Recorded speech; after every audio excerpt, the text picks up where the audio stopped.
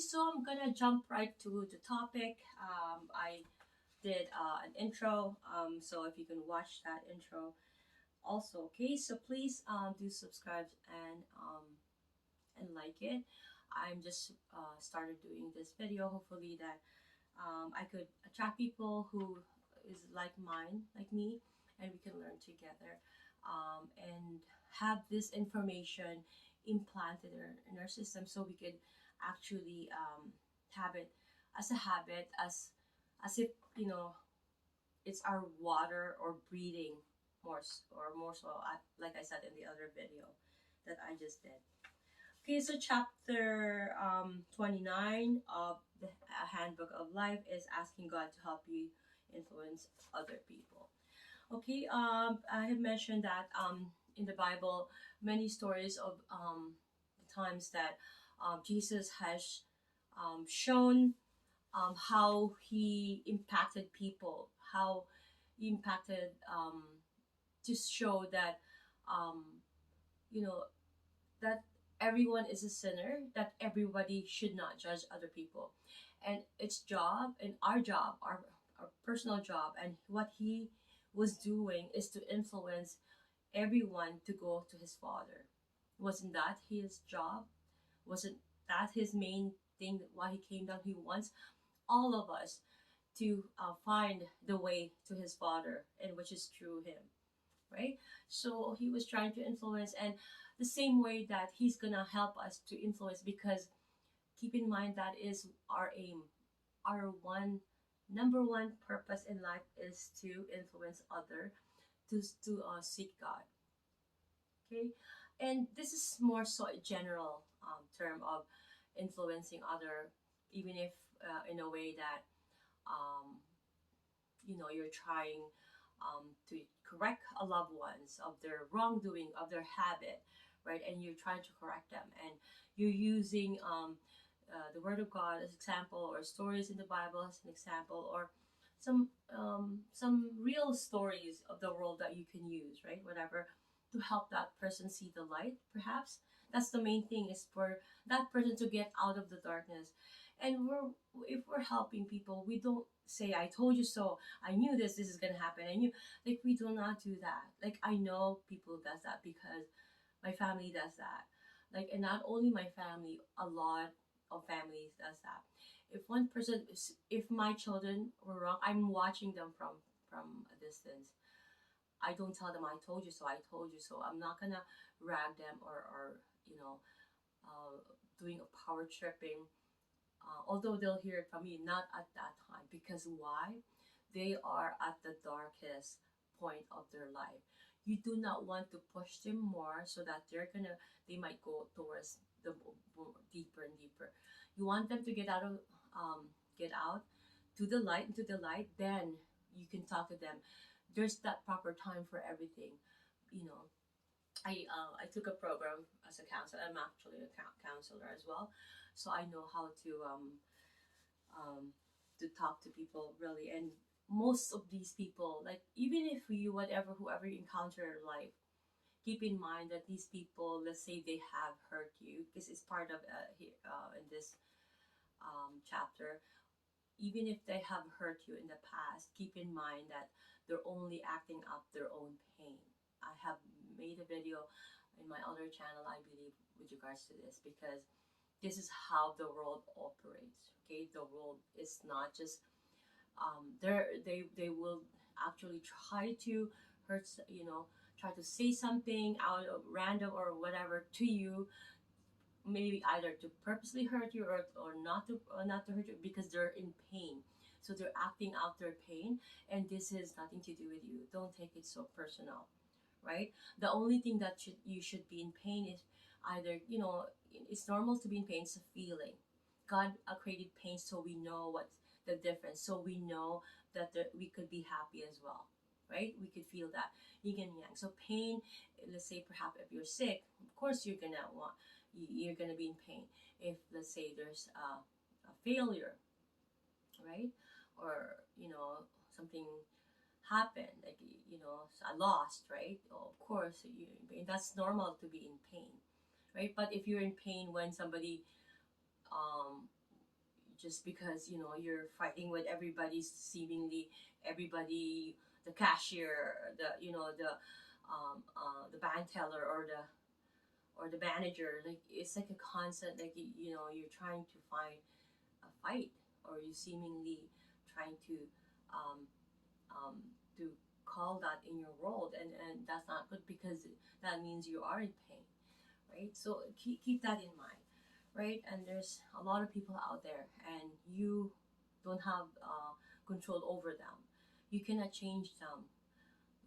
What you can only do is pray that they may God will influence them to change, so that if you find any flaws, or let's say your spouse, if you find any flaws and you guys are already married, you're gonna have to accept that. That is your rule.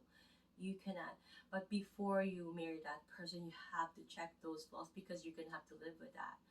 Whether are you willing to, is it something that will trigger you as a person and being a Christian? Then you have to think. But small things like it shouldn't affect you. Okay, so we're gonna get to it. I'm sorry about that. So there comes a time in the life of every one of us when we are faced with the problem of trying to get other people to do something which we feel is best for them. They may be dear ones whose bad habits are making us unhappy and which we're trying to weed out. They may be mean or unjust to us, and we're trying to bring them to their senses of justice and kindness. It may be that we are just trying to make our journey through life a little more pleasant by learning how to get along with others. Okay? Meaning, our aim in life really is to get along with people, so that, we could perhaps influence them. But other people, because of their own self, um, image, because of their self purpose, it's not really God's purpose or God's will. They're focused on themselves and just trying to you know trying to impose things on them based on because of what they know, not because of how God wants you to approach these events. Okay, so when you think about it, what you really try to do is influence people. If that is your problem, dear reader, then if there ever was an example of influence, you have it before you in that life, which is portrayed so wonderfully in your Bible, the life and influence of Jesus. For you must remember that in his lifetime, and yes, for all the centuries since, Jesus has influenced millions of people, and the end is not yet. Have you ever thought how he influenced them? Did he argue with them? Did he scold them? Order them to do what he knew was best? You knew he did not. He did not do any of those. And human being, they are tend to do that. When a person comes to me crying, I wanted to just talk. I will be just there to listen. I'm not gonna be, but I know a lot of in my family. I told you, can't you just be there and listen to me, because I'm in an emergency, like I'm crying because somebody hurt my daughter, or stuff like that. That's what usually I barely cry, but if I do cry, it's mostly that, because sometimes crying, a woman uses crying as a tool to manipulate man, and it's in the Bible. And it's not good either. So if you're using that in every angle, you're crying, it's really not good. If you're literally crying and you're in emergency because you're having almost that feeling of you needed to talk to a friend that who knows you, who's not gonna repeat what you said, and who's not gonna condemn you, and who's not gonna scold you, who's not gonna just let you talk and let it out and listen to you, by just listening and not saying I told you, I knew it, I knew, or other other form, because they want to do some power tripping. And people that do that and don't get offended by that, because they're ignorant they don't know what they're doing. They don't even have the the urge to do research on the teaching of Jesus. Is that right? When your approach, you just have to listen and let them cry out. Let them get that feeling of to cry it out. Be a friend, be a helping hand or a helping shoulder to cry on if it's in person. But we can't do that right now because of COVID. Okay. Um. Okay. So the parable pictures Jesus as a humble man. He did not tell them little stories as his own adventures, his own opinions. Do you want to influence others? Then be humble in the way Jesus was humble. See, keep that in mind. A lot of people, um, you know, they're using parables and scriptures is to uplift their own, because trust me when I say this, a human being needs three needs that we need. We need acceptance, recognition, and we have to have that. Um, you know, it's like a it's really one of the snare of life. That's why it's more so on boys, right? Because they're right, they wanted to really be popular and to be known, right? Aside from recognition, because recognition is just, you know, from the community that you are in, the society that you're in, perhaps your family first, your friends, right? And then, you know, that respect, right? And being part of perhaps like the of a group, right, or a community, right? Sorry about that. I'm getting hot with my neck. So every human being needs that. Okay.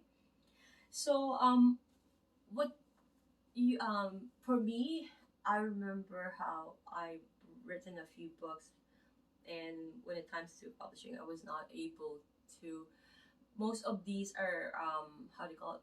Like my stories of how I made mistakes in life, and thank God that Jesus appeared to me, and you know, in various ways I was able to correct them before it gets to a depth of dark bad, right? I was able to catch me before I fell, or you know that saying, right?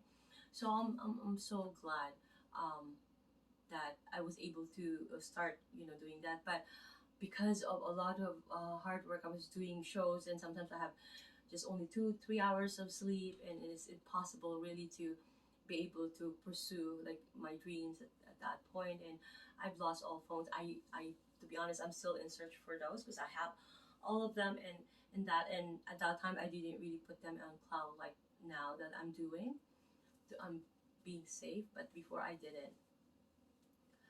Anyway, so it's just a matter of how just like Jesus, what Jesus did, he was very humble to tell the world that everybody is a sinner, not just you.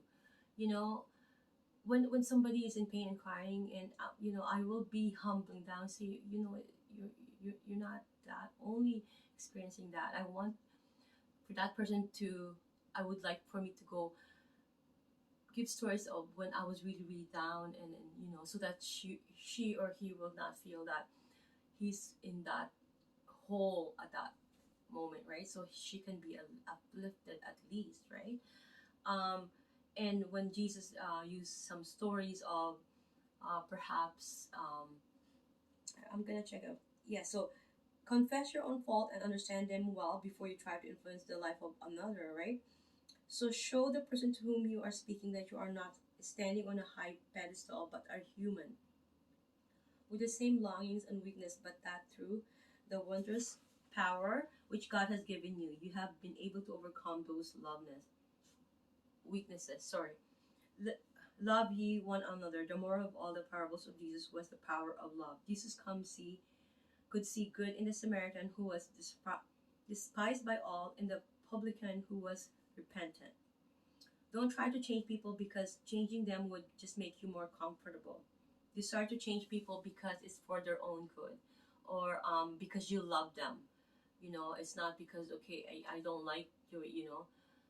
It's because you don't want other people to see that, because you love them and you wanted to correct that out of like love. Make sure that you're not um, you are not just like power tripping. Speak not the fault in man. This is what I wanted to read. Jesus did not speak the fault in man. He knew that deep down in their hearts, most people realize well enough that their habits and faults are. You see, and this is true, so true too. When you approach a family, say they were gonna have to bring your faults, and right, like I said earlier. But Jesus did that. do that, because that person is is not a mentally retarded person who for sure knew his fault at that point. Especially that person came to you, that person took all the courage, that all the, that whatever courage and all his willing, he's willing to do that, come to you, approach you, and what you do is point out his faults. He already knew that. You don't need to mention to him or to her, I don't know, I always just say him, that of his fault. There's no need for that.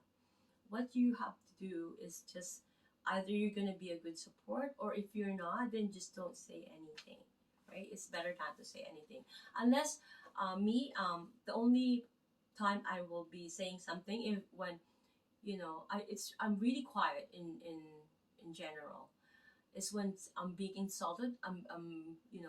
You push me, not once, not twice, but 3 times. There's that saying, right? If you fool a man, you know, if you fool the man once, right? Shame on that man or on that person, right? No shame, right? Shame on whoever fooled that person. But if you fool that person twice or 3 times, well, shame on the person who was fooled, because she let herself get hurt, get disrespected, get um how do you call this? Because you owe to yourself, because you are a child of God, to not be affected. If these people are affecting you, you need to stay away for your own good, because it's really toxic if you do that to yourself. You have to protect yourself, because it's really important. You need to have that self preservations of your value, especially as a children of God, as a Christ, um, or Christ Christian, or I always call myself Christ um, in progress. I'm working on to be a good Christian, not just a Christian, but a good Christian. Okay, I mentioned that speak not the fault in man. And Jesus did not speak the fault in man. He knew that deep down in their hearts, most people realize well not what their habits and faults are. If you show, understand, yet condemn not, people will try with all their might to live up to that faith in them. You see that? So you show them, you encourage them, you uplift their spirit, and that is a true Christian way of giving support and being a true. But that doesn't happen in real life, I know. But we can start from us. We can do that. And if we can influence others, that's how it's being done. Then next time we need help, that's how they're going to approach us, supposedly, right? But show it to them first, right? Do not do a tooth for a tooth. Just show it to them, that's how it's being done, and then they will follow. So neither do I condemn thee, even to a great sinner. Jesus said that. God, go and sin no more. Because Jesus well knew the soothing power of considering other people's feelings. How often do you consider the feelings of those whom you are trying to change or influence? There's some things which makes you unhappy. Things like, like I have mentioned earlier, but the habits and the words and the action of others have no power to make you unhappy. If you will, but remember that in most cases they are not directed at you at all. I have mentioned this earlier too, that they're just acting out their own pain, right? Um, Even with all that being true, however, you're not in no way responsible for many, if not most of the mean and unjust things said and done to you. So it is not your responsible to try to correct these people, right? Well said enough, pray for them, because they're hurting you for a reason. I remember when I went to Canada, I was, I believe, 19. At that time, yeah, at that time the officer told me, in the immigration, that I went there because I wanted to extend, and she said, "Oh no, sign here." And then when I saw the signature, it was that I was purposely submitting my declaration that I'm no longer immigrant. So I don't know how that happened. So that did a big impact on my life. And then after that, I stayed there, and I think at that time my cousin was seeing a man. It was my ex-boyfriend who was so madly in love with me, but I was not really into that because I'm about to go to Canada. I mean, I don't know. I have to be cautious of people who says they do, right? Because I'm going to Canada at that point. I remember I was like, I believe, how could somebody be madly in love with me at 15? I believe 16. Yeah, 15, 16. Because I was in, third year, fourth year when I met that person. It was just like in the Philippines, it's like 14 going steady. They say that, but it's nothing, not like here. And when I came back, when I was 19, um, what happened is that they were together, so I was shocked. And then I think I had to tell because I was saying he's probably just using you or whatever, so I had to intervene because I love her, but I didn't tell anybody. I told her, but she took it the wrong way, and then now my aunt was after me, and she abused me and physically hurted me. But I didn't want because she was old, so I didn't report to the police, and I could have because I have lots of influence at that time. I live in Manila as well, and I know a lot of people. Even here, if I just want email, but I don't like doing that. Like um was being injustice, I'll just call the cops. But now I do that lately because I could get hurt too, right? So I was hurt, but the point was it was so easy to blame, to put the blame on you while the daughter, which is my cousin whom I love so much. That's why I'm trying to save her. But the point, I lost my mother. Few That's the reason why we went back home because we have to bury my mom. So I was an easy target. So to act out on their pain and to because I was really nice person. I'm quiet.